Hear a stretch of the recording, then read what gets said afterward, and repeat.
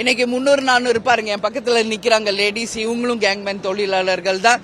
பெண்களை கூட மாற்றி ஒரு மாவட்டத்திலிருந்து இன்னொரு மாவட்டத்திற்கு வேலைக்கு பணி அமர்த்தினால் எப்படி இது நியாயம் அப்படின்ற கோரிக்கையை நாங்கள் நிச்சயமாக முதல்வர் கவனத்துக்கு கொண்டு செல்வோம். அது மட்டும் இல்லை, கேங்கு தொழில் இன்னைக்கு மின்சாரத்துறையில் கேங்மேனாக இருக்கிறவங்களுக்கு கள பணியில அந்தந்த கள பணியாளர்களாக அவர்களை பணி அமர்த்த வேண்டும். அது மட்டும் இல்லாம அந்த மாவட்டத்திலே பணி அமர்த்த வேண்டும். படிக்காத இளைஞர்களுக்கு மிக முக்கியத்துவம் கொடுத்து அவங்களுக்கு வேலை வாய்ப்பை தரணும் என்பது நாங்க இன்னைக்கு அவங்க கோரிக்கையை வச்சிருக்காங்க. அதை நாங்க ஆதரவு தெரிவிச்சு தான் இந்த ஆர்ப்பாட்டத்துக்கு வந்திருக்கோம். இன்னைக்கு அவங்க நியாயமான கோரிக்கையை தான் வலியுறுத்தி இன்னைக்கு ஆர்ப்பாட்டத்தில் வர்றாங்க. ஆனா இன்னைக்கு பார்த்தா தமிழ்நாடு முழுக்க இன்னைக்கு திருச்சி மாவட்டம் போன்ற பல்வேறு மாவட்டங்கள்ல இருந்து இந்த ஆர்ப்பாட்டத்தில் கலந்து கொள்ள வருபவர்களை காவல்துறை தடுத்து இந்த ஆர்ப்பாட்டத்தில் கலந்து கொள்ள விடாம தடுக்கிறாங்க. ஏன் இது பண்றீங்க?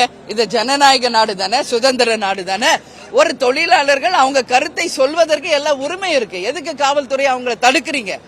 உறுதியாக உண்மையாக முதல்வர் இன்னைக்கு அவங்களுக்கு சப்போர்ட்டா இருந்து அவங்க உண்மையான நியாயமான கோரிக்கையை நிறைவேற்றணும். அதை விட்டுட்டு அவர்களை தடுப்பது நிச்சயமாக கண்டனத்துக்குரியது என்பதை இந்த நேரத்தில் நான் பதிய வைக்கிறேன்.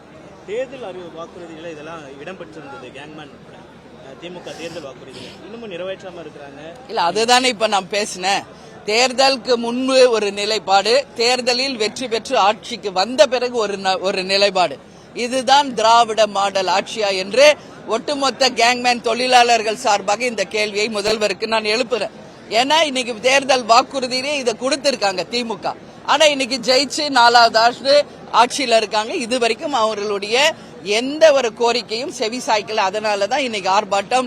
இது மட்டும் இல்ல, இன்னைக்கு டிபிஐ வளாகத்துல பணி நியமனம் கேட்டு ஆசிரியர்கள் ஒரு பக்கம், மருத்துவர்கள் ஒரு பக்கம், நர்ஸ் செவிலியர்கள் ஒரு பக்கம் என்று அதே மாதிரி எல்லா துறையிலுமே இன்னைக்கு தமிழ்நாடு முழுக்க ஆர்ப்பாட்டங்கள் நடந்துகிட்டு தான் இருக்கு. அதனால இன்றைக்கு 100 ரூபாய் காயின் வெளியிடுவதிலும் மகனை துணை முதல்வர் ஆக்கலாமா என்பதிலும் இன்னைக்கு யோசிச்சுக்கிட்டு இருக்க முதல்வர் மக்கள் மீது கவனம் செலுத்தணும்.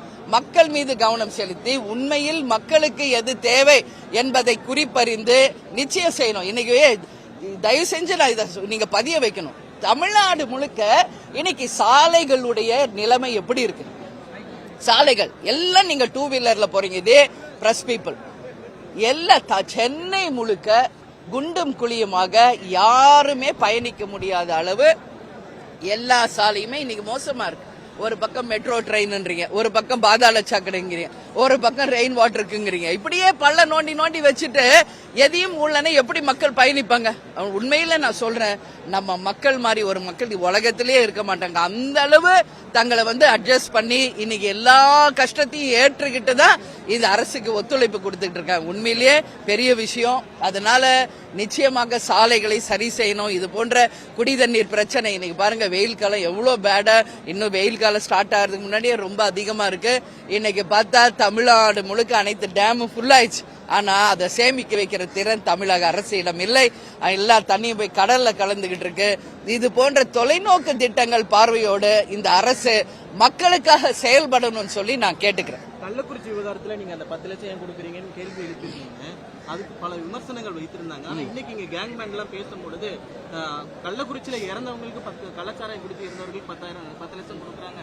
ஆனா இங்க உயிரிழப்புக்கு போதுமான நிதி கொடுக்கறது இல்லைன்னு சொல்லி ஒரு குற்றச்சாட்டு வச்சிருந்தாங்க. இதை எப்படி பாக்க? உண்மைதானே, அதைத்தானே நான் இப்ப என்னுடைய ஸ்பீச்லயே அதானே கொடுத்தேன். கள்ளச்சாராயம் என்பதே முதல்ல தப்பு, அஃபென்ஸ்.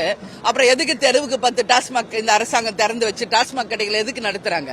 அப்போ ஒரு பக்கம் டாஸ்மாக் நடத்துவீங்க, ஒரு பக்கம் கள்ளச்சாரத்தையும் ஆளுங்கட்சியை நடத்துவீங்க, ஒரு பக்கம் கஞ்சா விற்பனை பண்ணுவீங்க, ஒரு பக்கம் குட்கா விற்பனை பண்ணுவீங்க. போதை நாடு தமிழ்நாடு இல்லை, இதை போதை நாடாக மாற்றியது ஒண்ணுதான் இந்த திராவிட மாடல் ஆட்சி என்பதை நிரூபிச்சுட்டு இருக்காங்க. அப்போ கள்ளச்சாரம் என்பதே இங்க குற்றம்.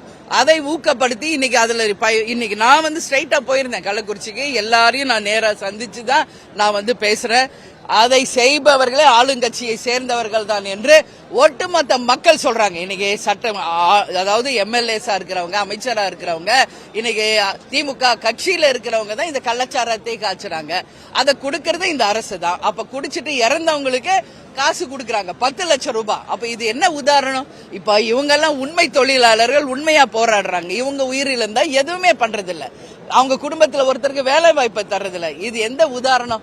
இதுதான் கண்டிக்கக்கூடியது. மீனவர்களுக்கு பாதுகாப்பு இல்ல, எந்த தொழில இருக்கிறவங்களுக்கு பாதுகாப்பு இல்ல. இதெல்லாம் மாறணும் தான் நான் கேட்டுக்கிறேன்.